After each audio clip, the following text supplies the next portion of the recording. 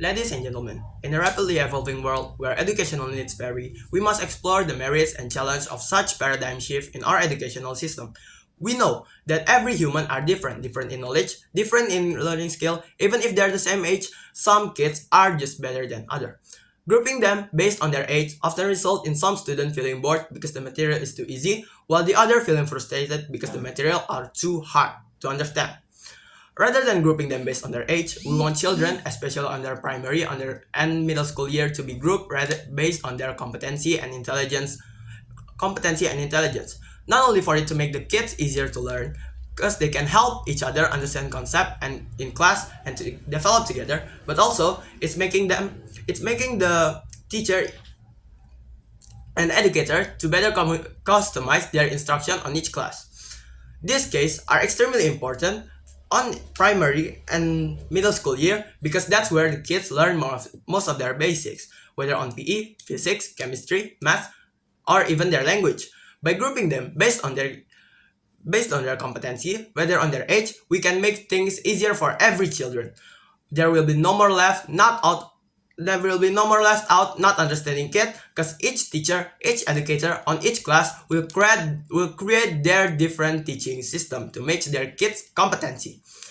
I will bring you a kid that's around maybe 11 or 10 years old. That's on 5th grade with their other 11-year-old friends. In class, he's rather hard to understand the subject because the teacher can only adapt on the situation of some of the kid. This kid even try again and again and again to understand, but still he can't. Even though he's not understand, the class subject must go on.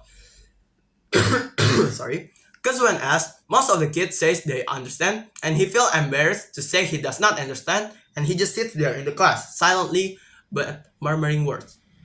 Is it fair to him? No. But does he have to accept it? Sadly, yes. And he has to learn this basic subject that have a huge chance to be always used later in their life. Now, let's flip the subject. Now, we have a second kid on a different class in the age around of 12 years old. He's the one we call the gifted kid. He can easily understand subject while the rest of his class still learning the subject or even not understanding it at all. While the rest of the class still learning that subject or not understanding it, he just sits there, bored, feeling not competitive. With this, it has a huge chance for sloth to grow on him because for him, he don't feel the need to learn anymore because why learn when he's already further than his classmate. This is what we want to change because on either kid it brings really huge harm for them. In our real world, we're still grouping kids. Gifted and normal or not so smart kids are grouped by their age, and it's unfair to some kids because kids, especially on their primary and middle school years, not easy to learn that stuff. And this is really urgent because world needs competency grouping. So each class at its own pace. It's so every kid can understand their subject on their own pace without have to move on too fast like today's condition of education. And we want to abolish that system. We want to destroy that system. We will have done that and we change them to make kids group based on their competency and intelligence. Sorry. We will slowly but surely change the system. We want to abolish age grouping because it brings so much harm to younger generation compared to competency grouping.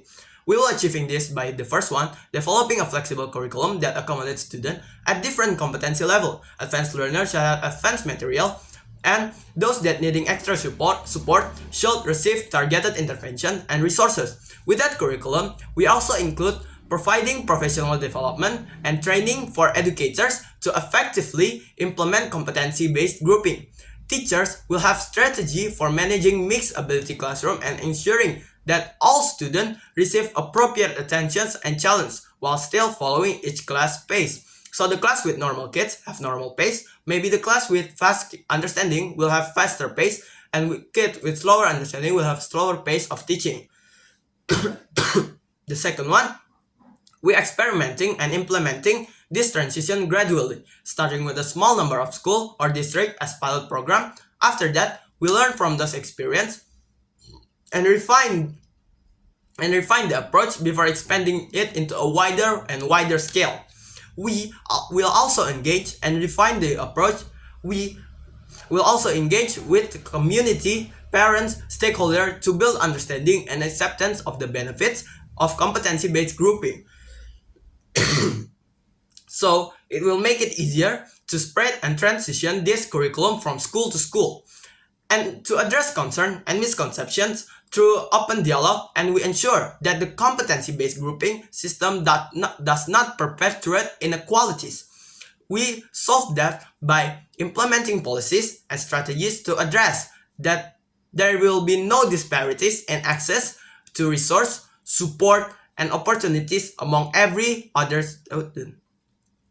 The third one, we develop comprehensive assessment tools that accurately measure a student's competency and intelligence in various subject areas.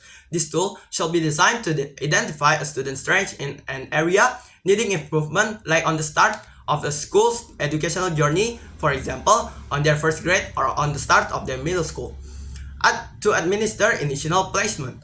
This test should assess a child's cognitive abilities, problem-solving skill, and foundational knowledge to determine their baseline competency. After that, we group students based on their assessed competencies and intelligence in each subject areas. This means that the student may be in different groups in math, language, art, science, PE, etc. This means depending on their performance in each subject. We also engaging parents in the process by regularly communicating their children's progress and explaining the rationale behind competency-based grouping, and encouraging parents to support their child's learning outside of school. It's competency-based grouping, especially on primary and middle school, are really good because it ensures that every kid, gifted or not, can understand the basic subject they're given on their own pace that's been adapted by their teacher. It's good for the teacher too, because the teacher now have a homogeneous class that has pretty much same understanding level. So compared to age grouping, where the teacher on every class has to adapt on each and every one of kids that has different level and pace of understanding, on competency grouping, the teacher only has to adapt of competency class that have been grouped. Even if there's a parents that sometimes protest on their child being placed on maybe a slower paced class and not on gifted class, we can ensure that it's for their child's good to come. Or even though maybe it will create some sort of social disparity on each kids, aren't that a solo problem on opposition side? Age grouping also separate kids based on their age most of the time. Separate kids based on their age. Most of the time, older kids don't want to be friends with younger kids, or younger kids that are too afraid to befriend older kids. Now, we will abolish this age grouping system and change it with competency grouping system that focuses on children's intelligence, pace, and understanding skill. Because as bad as it is education right now, we want to change it for the good of us, for the good of them, and for the good of our own future of human. Because if not them to build it, then who else to build it? That's all for me. Thank you.